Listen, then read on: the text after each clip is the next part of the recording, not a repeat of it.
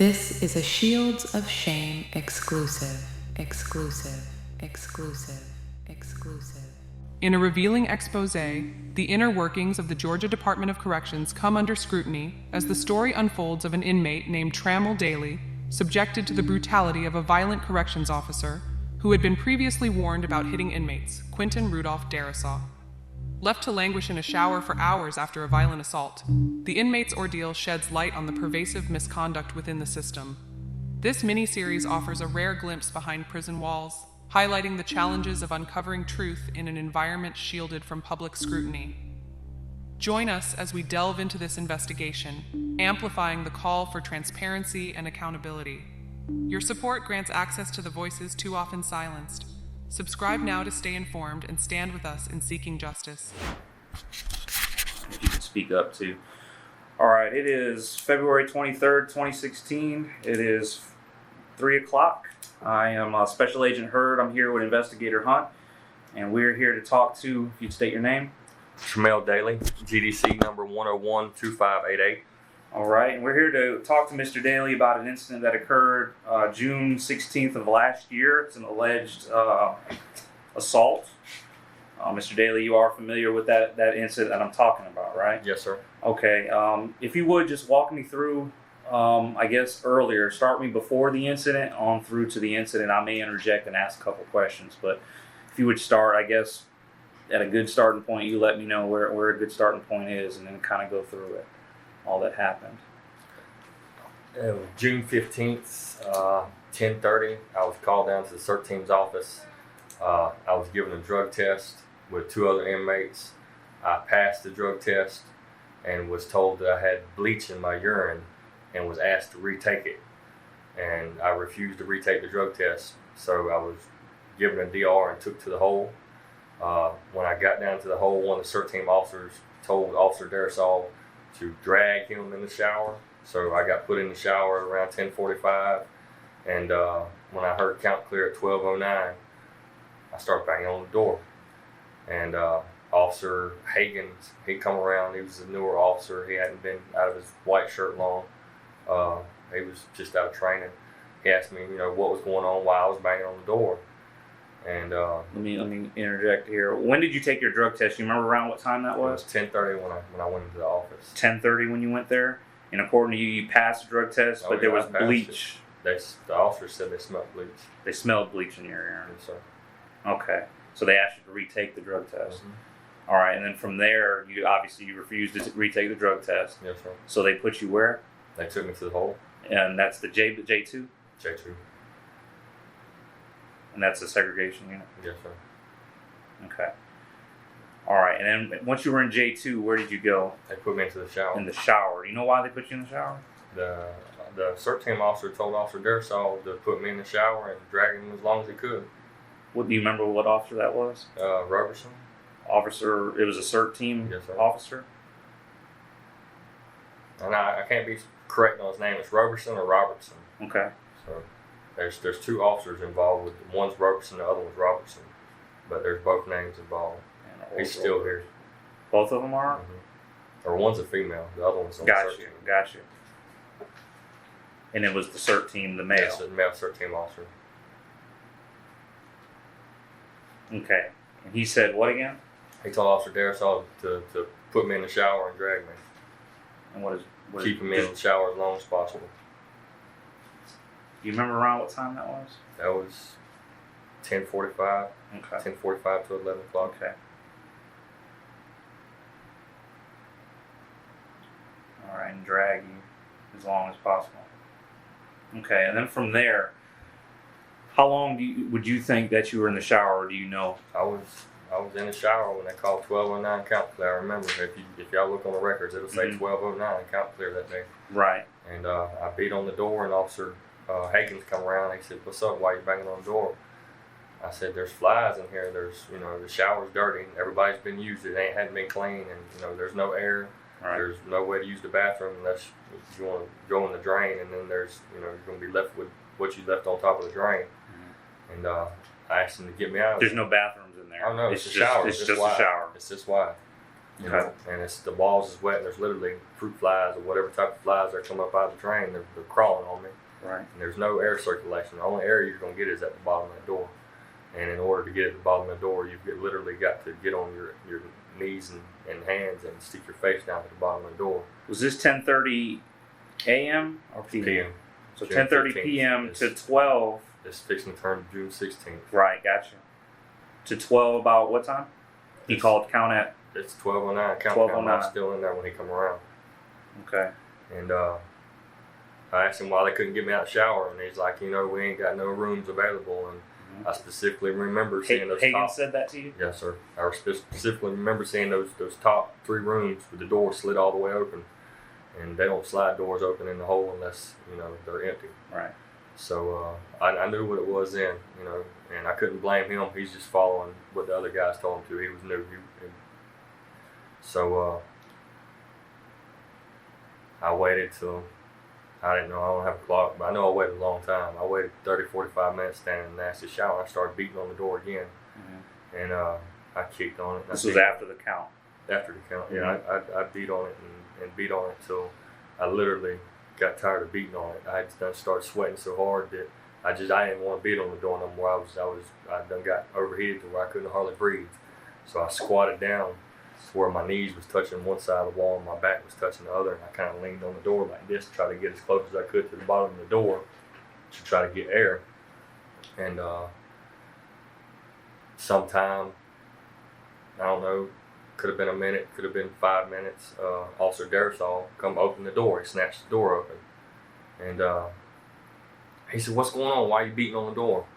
Maybe not in those exact words. And when he opened up the door, I was leaning on the door. I leaned out, and he looked down at me and laughed at me. He said, "You didn't want to beat no more, didn't you? Because I was sweating." And I said, "Sir, please let me out of here." And he's like, "What's the problem?" I said, "Obvious, you know." And he said, "I can't put you nowhere else. I ain't got no more room for you." And I said, "They got this shower over there. It's wheelchair accessible. You just got a lock on it. You can handcuff me to the rail out by those 3 rooms up there." And he said, "No, that's not what's going to happen. You know, we got to wait on your stuff. We ain't even got your paperwork." He gave me a lot of excuses. And when he put his hand on me and went to try to shove me in there, he said, "Get the fuck back in there." Darrisaw, he's just an officer in the dorm? He's a segregation officer. He's a floor officer. J2. He's a floor officer in the whole. Okay. When he put his hand on me and went to push me back in there, I panicked. I knew I didn't want to go back in the shower. So it's pretty much 3 Stooges move. I went between his legs and pushed off the wall, and I slid out. Okay. You know, he turned around and dropped his weight down on me, grabbed my belt buckle, picked me up, slammed me on the ground, and the other officer fell down on top of me. Which other officer was that? Officer Hagans. Hagans. Officer Hagans, he fell down on top of me, and they were trying to drag me back in the shower, but directly across from the shower is the stairs, and there's a pole there, and I grabbed a hold of the pole, and they couldn't get me off of it. So Officer Hagans got up and just stopped. He, wasn't there really no point in trying 2 men try to pull me off the shower. Officer Darrisaw was probably 6'3", maybe 300 pounds. He's a pretty big guy, and he stopped. He then started sweating. He wrestled with me for so long. He started sweating. He stopped, got up, he pulled out some gloves. He started putting his latex gloves on, and he looked up, and Officer Roberson, she's a pregnant female. She was working in the booth. She was watching. She was at the control desk. She was inside the control booth. Gotcha. You know, she's not in the door. She's in the control booth, and he looked up at her and told her to go away. He did his hand like that and go away motion with his hand, and he looked down at me as he's putting the last glove on. He says, "I'm finna f you up," and he looked at Officer Hagans and said, "Hold his feet," and then he dropped it. And when I was laying down, I had the pole like this, you know, and when he put his knee into my chest, it twisted me this way. And he dropped down, put his knee in my chest, and put his hand up under my throat, and draw back and hit me. And Where did he hit you at? Right here in the face. When he hit me, my head bounced off the pole. Let me ask you, previous to this, I guess, from the time you did the drug test to the time you were put in the shower, you didn't have any marks on you or anything like that? No whatsoever. At any time, I guess, have you ever tried to hurt yourself, harm yourself in any way? You did say you freaked out in the shower. Did you try to hurt yourself when you were banging? Maybe inadvertently? No, I had my boots on. Okay. I mean, so I didn't hurt myself. There wasn't no marks on my hands. You had basically that on with your boots and everything? I was fully dressed. Okay. All right, so he's on top of you. You said he hit you in the face. Mm-hmm. Okay, go from there. He draw back and hit me again. And I remember dazing out the second time he hit me. And Closed fist? Oh, yeah, it was closed fist. Okay. And he hit me the third time. And I could look up toward the door, and I remember seeing Officer Hagans laugh at me as he held my legs, because he told him to hold his legs before he fell on top of me. Officer Roberson was in the booth, and Officer Swint was just coming through the door. Now, Officer Roberson, was she, in your opinion, would she be able to see what was going on? Oh, absolutely. Yeah, there's no way you could miss it. So when he told her to leave, Darrisaw told her to leave, she didn't leave? Kind of lost sight of her because I was looking at this guy over here, and Right. you know what I'm saying? Right. And when he did like this, I looked over at her, and she was like, but Right. she didn't want to miss it. I'm not saying, she couldn't have done nothing. She's a pregnant officer in the booth. Right. She couldn't have got through the doors. Right. There's no way possible she could help me. But after he hit you the second time, you do remember seeing her? The third time he third hit time. me, I looked up and seen her.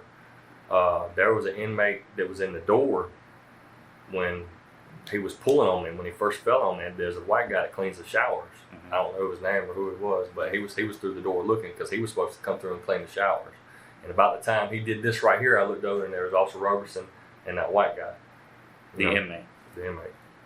And the third time he hit me, Officer Swint, he was the F control officer that night. He packed my stuff up and brought it to the hole. And he was actually coming through the door with my property. And he seen Officer Swint, I'm sorry, I want to go back again. He was the what officer? He was F control F officer control? that night. They switched him from F control to the hole because they had to pull Darrisaw and Hagans out. Okay. All right. So F control, and basically he had your property. Yes, sir. He was coming from F control going to J building with my property. I was in the F building, and he'd say, "Hey, CERT team wants you down there in the office. I got drug tests and never come back." So you were initially in the F building, went and did your drug test, and that's when they put you in the J segregated. That's the only reason he was coming to the hole, was he was bringing my property. Gotcha. So when he come in and seen him hit me, he yelled, "Stop!" And both officers looked up at Officer Swint, and they started to drag me back into the shower. And as they went to pull me back in the shower, I grabbed a hold of the wall, and Officer Darrisaw hit me again. And I let go of the shower, and he dragged me back in there, and they shut the door. Okay. If you have anything, you can interject too. I just want to let you know you don't have to just sit there and be quiet. You can interject. What I was reading, I was looking at something. Did you have some type of back injury? Yes. After this happened, you said they put you back in the shower. Mm-hmm. How long were you in the shower? Until first shift come on. How long approximately is that? Give or take 8 hours. First shift come on at 6 a.m. Mm-hmm. 6 a.m. and you said initially, I guess this whole thing started about 12:09, which is the count. About a half hour or so after that, when you started banging, and then all this kind of ballooned. I think that was the first banging was maybe just before, just after 12:09 count. Right, and then.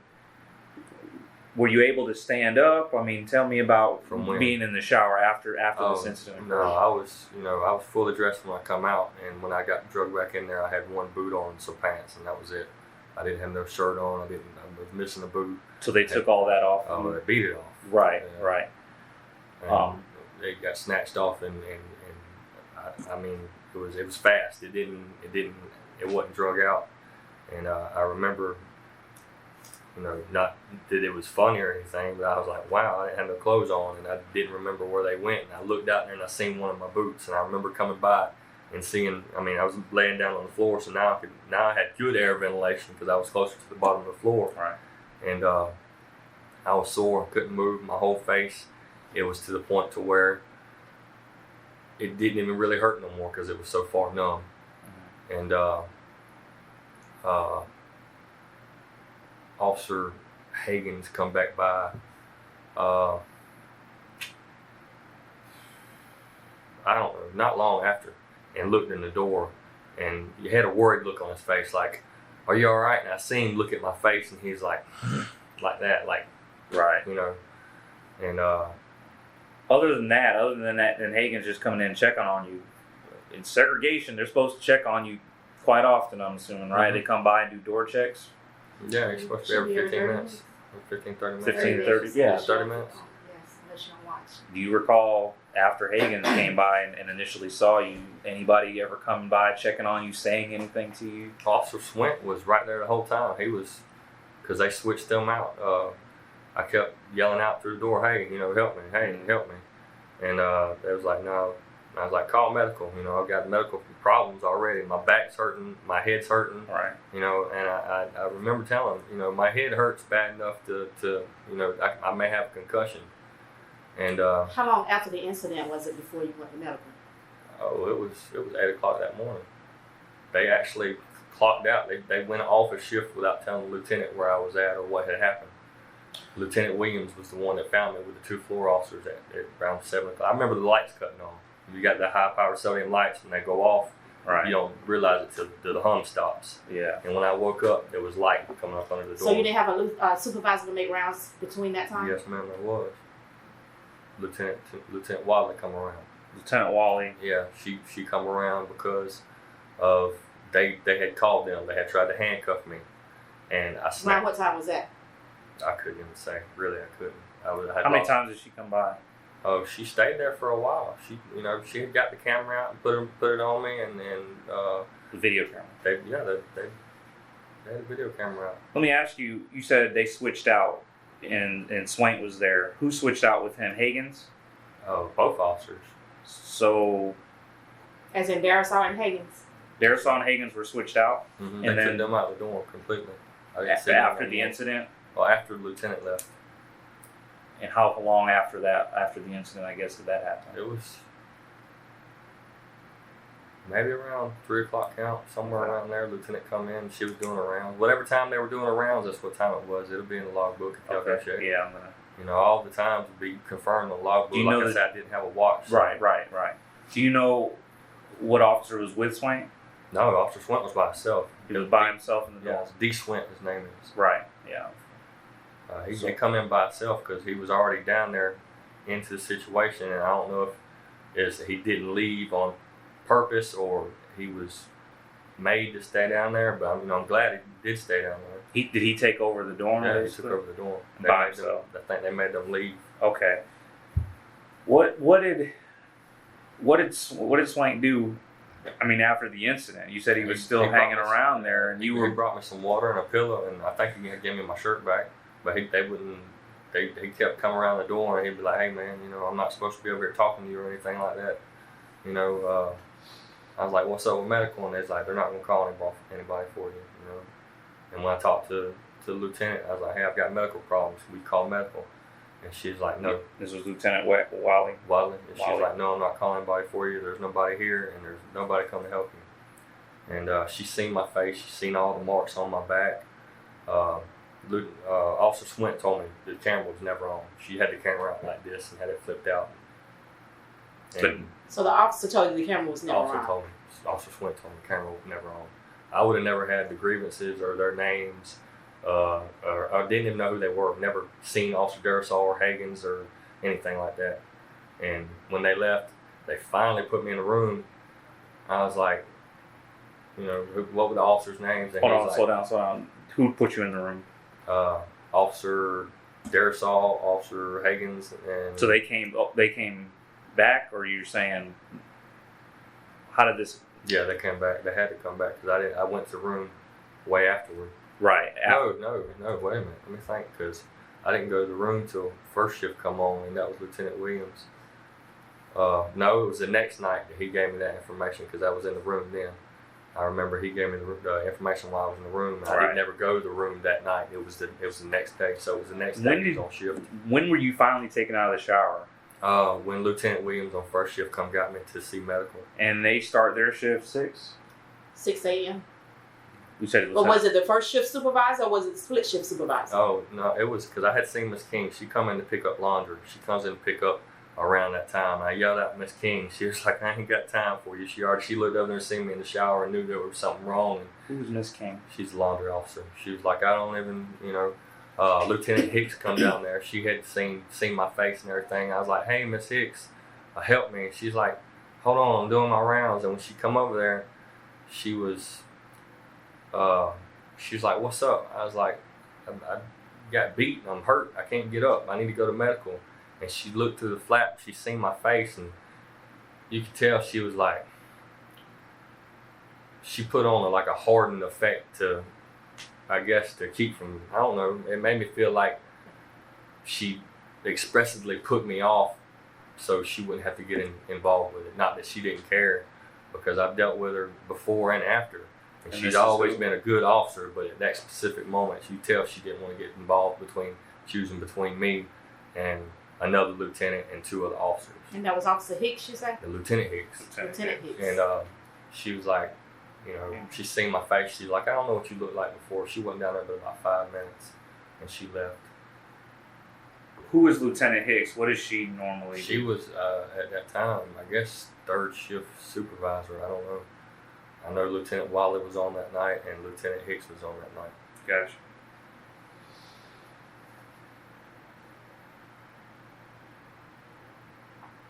So throughout the night, several officers, lieutenants, Miss King is an officer.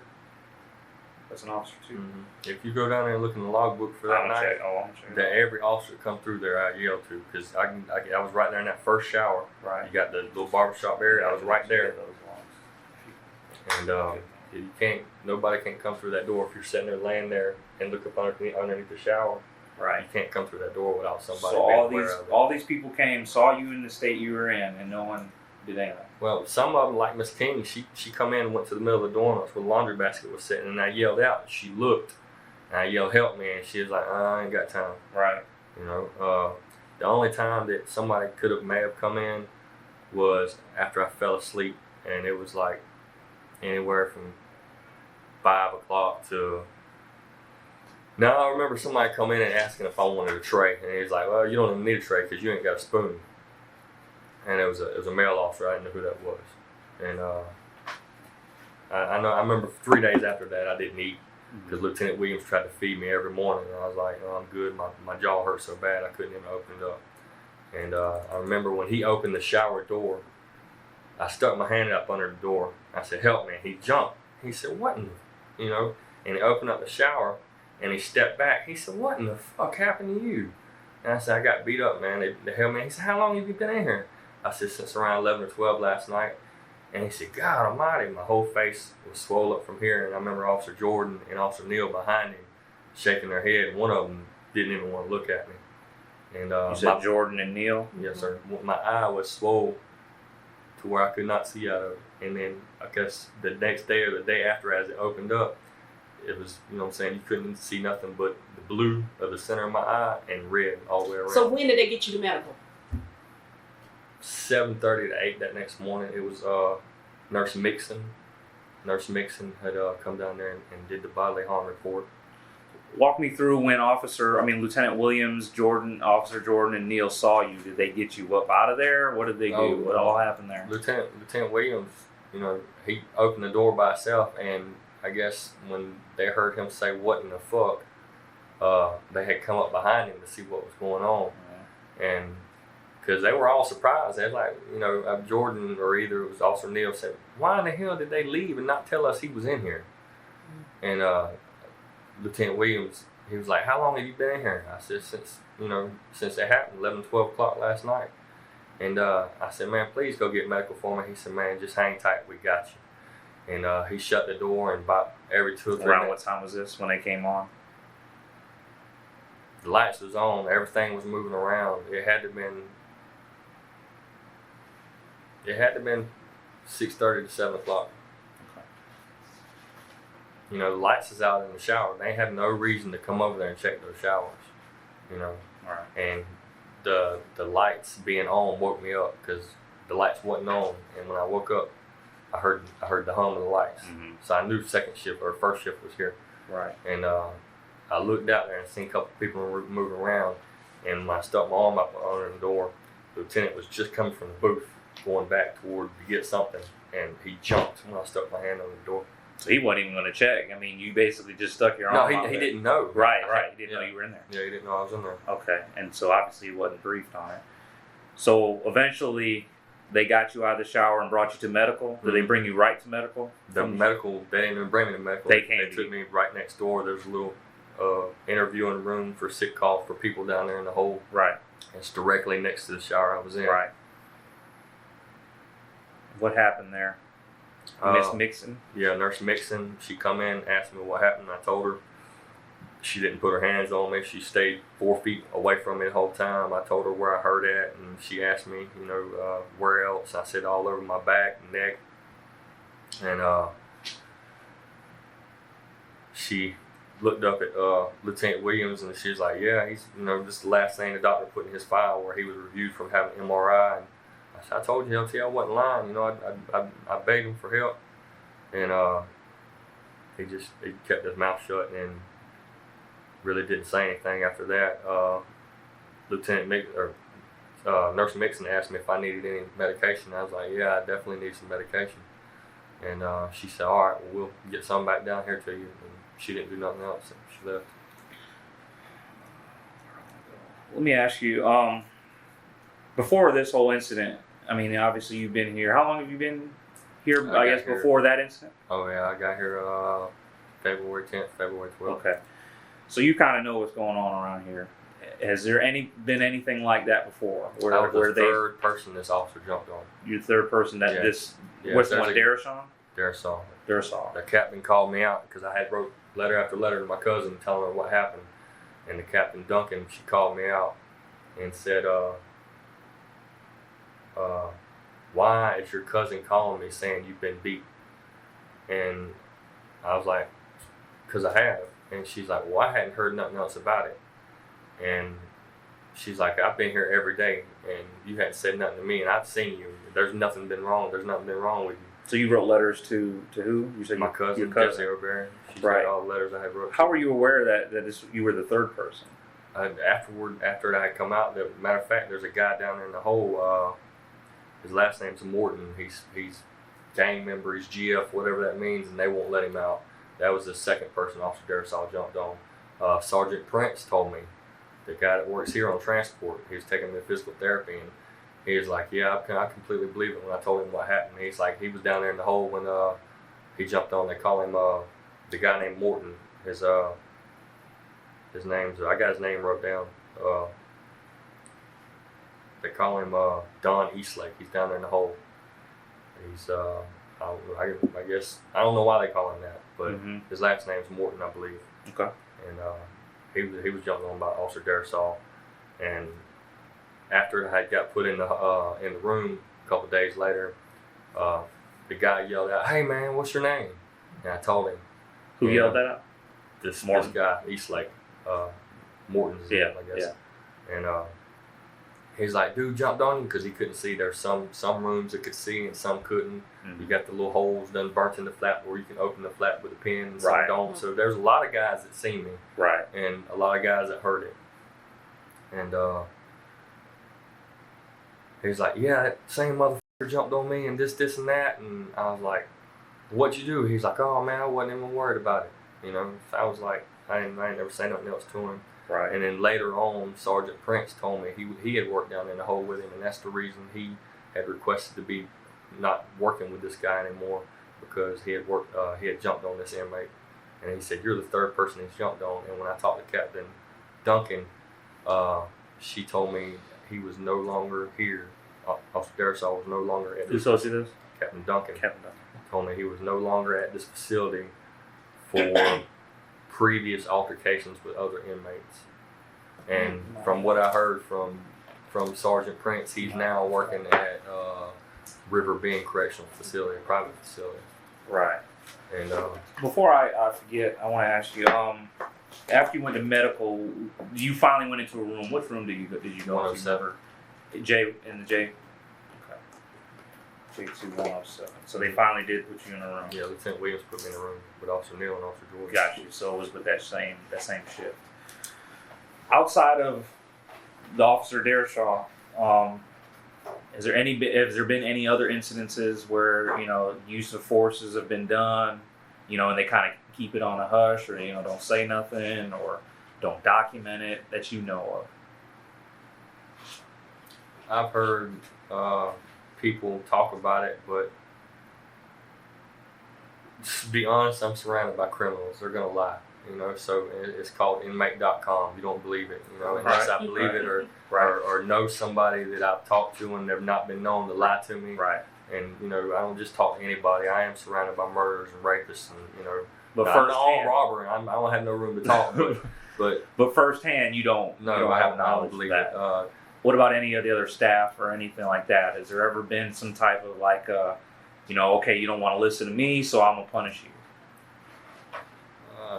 Not directly to me, not physical punishment. Right, but like maybe keeping them in a hole for a long time. Oh yeah, you're gonna get regardless of DR or not, you're going down there for 30 days. If you get a DR, it's 30 days. Right, it's guaranteed.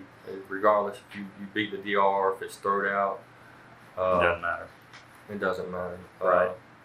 There's one guy. He was talking in the chow hall, and he just got the hole. He was in the chow hall line, and he was talking in the chow hall, and they took him to the hole, and he stayed down there 45 days. There's lots of people down there in the hole right now. If you went down there right now, of course, everybody will probably yell out to talk to you and tell you their story. But there's probably out of 80, there's 5 to 8 down there that just caught an officer on a bad day and got put down there. And once they got put down there, they wasn't going to go against who put them down there. Oh, well, so and so put you down here. You got to talk to them. Right. What can you do? Yeah. This is not a bad camp in general. I mean, it's a laid back camp. I've been to a lot of worse prisons, where people's getting stabbed on a regular basis, and it's not going on here. Right. It's a general good camp. Decent officers. There's a few officers who got too much authority and too much mouth, and they get away with it. But this ain't a bad camp. They don't do that a lot here. It's not a widespread, Right. And I don't see why this specific officer wasn't handled before, as far as hey, you jumping on inmates and stuff like that shouldn't be here. I agree. But, let me ask you just a general question. Is there anything else regarding your complaint or anything else that you want to tell me? I mean, now's your time. I'm here. There's actually a lot of stuff. Depending on this. I mean, having to do with this. If you don't have anything else on this. Yeah, I'm talking about this situation right here. Okay, well, go ahead. Yeah. When the captain called me in her office, or not her office, but the office right there in the hole. Which captain? Captain Duncan. Okay. Captain Duncan. When she called me in there and asked me why my cousin was calling her, Officer Neal and Officer Jordan was working, and she tried to make out like me getting jumped on never happened. And and I'm not talking bad about her behind her back, but she's not, a lot of officers have trouble dealing with her. There's been plenty of times I see an officer talk to her, and as she walks off, the other officer just shakes her head and I'm like, wow. But before she started arguing with me and telling me that my situation didn't happen, I called Officer Neal in. I said, Officer Neal, you remember what happened tonight? Y'all pulled me out the shower, what my face looked like? And Officer Neal, he's not a bad guy or anything. He's kind of young. He's like, oh yeah, he was fucked up like that. He's like, damn, did I just say that? They didn't, it just come out like that. So Captain Duncan was trying to act like nothing happened. Right. So from that point forward, she couldn't deny it. And there's a guy named I want to say it's Jimmy Mullis. He was down in the hole that night. The next, him and his bunkmate, they was in the hole and they had their flap open. They wrote a statement saying exactly what happened and give it to Captain Duncan that next morning. But yet she didn't know what happened. She never got it. He's one of the witnesses. I've got a lawsuit over this. It's documented. I've got a document number. I've got a lawyer. Yeah. So there's been affidavits to everything I've said, and I know 12 people I got wrote down on a witness statement, not counting Officer Roberson and Officer Swint. I don't know what their story is from to what they said or who they covered. I remember several days later, barbershop guy named Rico, he cuts hair down there in the hole. He was telling me as he cut my hair, he said, "Man, that's messed up how they did you, man. Everybody over there on the other side was talking about it." He said, "I was talking to Miss Roberson, and she told me that Officer Darrisaw tried to come tell her to say that you ran out the shower, and Swint come back behind So you." who this? Rewind that again. Who said this? The guy named Rico, he cuts hair down in the hole. Right. As an inmate. Rico said that who came to him? Well, not necessarily that somebody came to him, but they were, he works in the hole. He lives on the other side, Mm-hmm. and so he's back and forth, asking her to pop the door and whatever. And after she gets to seeing him back and forth, Who's this? You said Officer she? Roberson. Okay. They probably had some type of interjection with, "Hey man, what happened the other night?" And they said, "Guy got jumped on. What happened?" Well, so and so did this and so did that. However, they got to talking. He told her that, or she told him that Officer Darrisaw came to her and tried to get her to say that I ran out of the shower. Darrison went to Officer Darrisaw Roberson. went to Officer Roberson and said, "Hey, we're going to cover it up and say this guy ran out the shower so I don't get in no trouble." And Officer Swint come back behind him and said, "Look, this dude's done this before. You're pregnant, so if you want to jeopardize you and your career and your child's well-being, go ahead and lie for him. If not, tell the truth." That's what another inmate told me that I hadn't talked to ever before, hadn't even seen him, didn't even know his name. So Swint was aware that Darrisaw went to her and asked. Yeah, I believe. Now I don't know if he went to her house or not. I know he talked to her while he was at work. That's what I'm saying. That he was aware of what was going on Right, and how Darrisaw was trying to cover it up. Right. I tried to talk to Officer Swint afterward to find out. He was like, he didn't really want to talk to me. I've seen Officer Hagans around. They got him working in the hole and over on the other side. But I know Captain Duncan knew about what happened, and then tried to act like she didn't. And then she told me, she said, "Well, I can't even talk to your cousin because she's not on your visitation list." Then she called my cousin back and asked my cousin to send her the letters that I had wrote to her. Every sick call that I wrote, it's not in my sick call file. The bodily harm injury report that anytime an inmate's injured, you're supposed to do it. But if they get a mark on them, you're supposed to do a bodily harm report. Okay, that's not in my file. And I know this because when I went to physical therapy, the physical therapist, who's an outside contractor, I said, "Hey, do you see any reports in there for June 15th, June 16th? He looks in there and says, "No, none whatsoever." I said, "Are you kidding me?" He said, "No, you don't have no sick calls in there. You don't have no bodily harm report. None of that's in your file. It's all been taken out." And he said, So the incident was never documented to your knowledge. It was documented because I sat there and seen her write it down. I seen her No, do you a mean bodily harm report. Oh, okay. I seen the little guy on the paper that's like this, and Right, she's drawing stick lines man. to my Stick man. head, saying, swollen, eye shut. I've seen all that. ID. Excuse me. Here you go. Yeah, I seen her do the report. Okay. Yeah. She had my name on it. She Gotcha. wasn't. That was just for part of the medical report, though. Right. Right. Yes, ma'am. Okay. But as far as me writing sick calls, I felt like this is going to be swept under the rug. Nothing's going to be done about this. I specifically put on several sick calls. I'm in segregation. I've been beaten by Officer Darrisaw and Officer Hagans. I have head and back injuries. I need help. I hurt. Specifically, big bold letters, and sent them out. Okay. On 2 of those, I was charged for medication. And so I had the receipts. I sent them to my lawyer. And then I got a, what do you call that, where you ask for your money back because you've been charged for it, medical copay appeal form. Okay. And I wrote, "Hey, I've been jumped on by 2 officers," and put the officers' names down. And I said, "Why should I be charged for my medication?" Thank you, ma'am. And they sent back Nothing because on that. and they said, you was charged for it because it was a self-initiated sick call. And and it was signed, and I sent that to my lawyer. And other than the fact that I've had several papers go missing out my medical file, and that the captain knew about it and wouldn't do anything, other than the fact that the lieutenant had a camera on me, you know, but didn't never have it on, and it's a bad situation all the way around. And didn't nobody want to come talk to me or help me out, period, afterward. You know, I didn't think that y'all ever got called at all, period, about it. Took a while. Okay. Just reviewing some more things. Like I said, if you can think of anything else you want to add, looking at something, please do. Like I said, I'm here. Now's your time. Well, I mean, there was a lot of.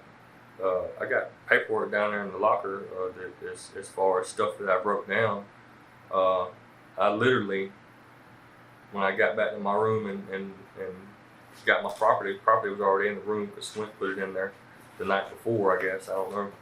But I wrote down the names of people, and ever since then, you know, as I've talked to people afterward that had known about it and was down there in the hole. So, oh yeah, you was the guy down there yelling in the hole. They beat the hell out of. Yeah, we seen that, man. Da, da, da, da. And, so there were witnesses. Oh, there's people witnesses. saw it, There's or at least heard it. No, there's people that saw it. Right. There's one guy.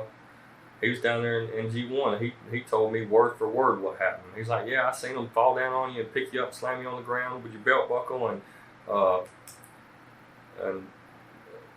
when I come up here afterward, I might have sat in the same chair, and Warden Collins sitting right next to me, and Warden Fort sat where you're sitting and asked me to talk to them the same way I talked to y'all and tell them what happened. I told Warden Fort to begin with, and I don't know what kind of ploy that was to try to record me and then have me say it again when Connolly come in and compare the, you know, what I had said to see if I was actually lying or not. And I told them exactly what happened, and they told me, so you didn't run out the shower? I said no, and they said, well, they're saying you ran out the shower and was running around the dorm. And I said, Warden Conley. According to him, who was saying that? Hagans and. That's what they got told. They didn't never say who said that. They said, well, they said you run out the hole, run out the shower. Okay. And I said, well, if I did run out the shower, I must have had my boots on, which they didn't take from me that they were supposed to take from me. And if I did run out the shower, that means I had handcuffs on, because you know you're supposed to be handcuffed anytime that door opens, and I didn't have handcuffs on. At any point, were you ever handcuffed? Oh yeah, they handcuffed me when they tried to take me out of the shower, and I pulled the handcuffs back in the shower. That's what made them go get Lieutenant Wadley, because they wasn't going to get anybody. And Officer Darrisaw sent Officer Hagans back in there to put handcuffs on me to try to get me into the room. And this is before you went under his legs and everything? No, this is afterward. After I had done been beaten and put back in the shower. Okay, gotcha. He come in there and he said, man, you all right? I said, yeah. He said, come on, man. I'm going to get you in the room. Cuff up. Hagans. And Officer Hagans did. And he put one hand. I turned around and I bent down, and he put one handcuff on me. And I heard somebody yell, they're going back in on him. They're going to get him again. And it scared me. So I snatched my hand back in the door, and I realized that, you know, this was either a point where I was going to get beat again, or that they're going to have to call somebody down here. And I figured, hell, I done been beat one time and nobody called down here. The only thing I could do was take this handcuff and jam it in the door so they couldn't open it, and said, I'm not giving your handcuff back until y'all call somebody down here to help me. That's the point they called Lieutenant Wadley down. That's why she had the camera. And she's like, you gonna give me the handcuff? I said, yes, ma'am. I want some help. I'm hurt. Look at my face. And she seen my face, and she was like, I'm not calling anybody for you. I'm not calling medical. When they opened up the door, I was laying on the ground. I give them the handcuff, and she tried to get Officer Darrisaw to pull me out the shower, and it hurt so bad for him to touch me. Every time he touched me, I would yell out in pain. You had the one handcuff on your arm? Huh? No, he done took that off. Officer Hagans took it off. Gotcha. And so they made entry in there. Oh yeah, they come. That's why they had a camera. And Officer Swint was in the back. Gotcha. And afterward, I was like, "What's up with the camera? You think they're gonna?" He's like, "The camera wasn't never on." Gotcha. I was like, "Are you serious?" He's like, "Yeah, it wasn't never on." But when I come up here, and the warden told me that they said I had run out the shower. I said, Warden Conley, Officer Darrisaw is wider than you are. All y'all seen Dr. Warden Conley, haven't you? He's a pretty big fellow. Darrisaw is wider than he is. Okay, that shower door is not much wider than this wooden door right here. If I flex my shoulders, I would barely go through it like this right here. It's 30 inches at most. Okay, and Officer Darrisaw's a wide guy. All right, 30 inches closed is 30 inches open. So if you got the door open, the doorway is 30 inches and the door is 30 inches. He's almost twice the length or the width of the door, and you got Officer Hagans standing right here blocking. There's no way possible I could have come out. And if I did come out, I would have run into him, and that would have been grounds for a DR for assault, and that would have been whatever happened. Oh, well, he ran out, he tried to hurt us, he assaulted us, look, I'm hurt. You know, no DR was ever wrote. Was it one ever written when you initially went under his legs? No, I didn't. When I come out, he tried to put his hand on me. I panicked. I couldn't see. Right, but nothing, as you know, was ever written up on that. Was there one written when you refused the second drug test? Oh yeah, there's a DR written in. I have a cousin, Christopher Mitchell Abernathy. We was born at the same time. We was raised together, and I don't know if it was the end of 2006 or end of 2007. He was in Alamo, Georgia, in Wheeler Correctional Facility, and the same scenario, exactly, down to the T, happened to him. He's dead now. They killed him in the shower. So as I'm laying in there in that shower, all this is running through my mind, and I was begging this guy. Not once did I ever cuss at him. Not once did I ever get anything. The only time I ever got smart with him is they're like, "Why are you banging on the door?" I said, "Come on, man, ain't it obvious?" That's the closest I got to being smart with him. Even when he was beating me, I never cussed at him or tried to, all I did was protect myself and didn't say anything, But I'm going to rewind a little bit on something just to make sure I understand. They came with the camera and everything. They couldn't pull you out, or they tried to pull you out, but they ended up, and then they just left you? Oh, they come with the camera afterward. Right, after the beating and everything, yeah. Yeah, when they came, after Officer Hagans tried to handcuff me, I pulled the handcuffs back in. I told him, "No, I'm not giving you handcuffs back. Go get a lieutenant or somebody." Gotcha. And Officer Darrisaw come in and put his key in the door and tried to open the door, but I had the handcuff key in it, and I had it wedged so it wouldn't open it. It was impossible for him to open the door. And they was cussing at me, and that's ridiculous to try to remember what was said, because I probably couldn't get it right anyhow, and it wouldn't be truthful. Right. But I told him I'd give it back when the lieutenant come down there, somebody come down there to help me.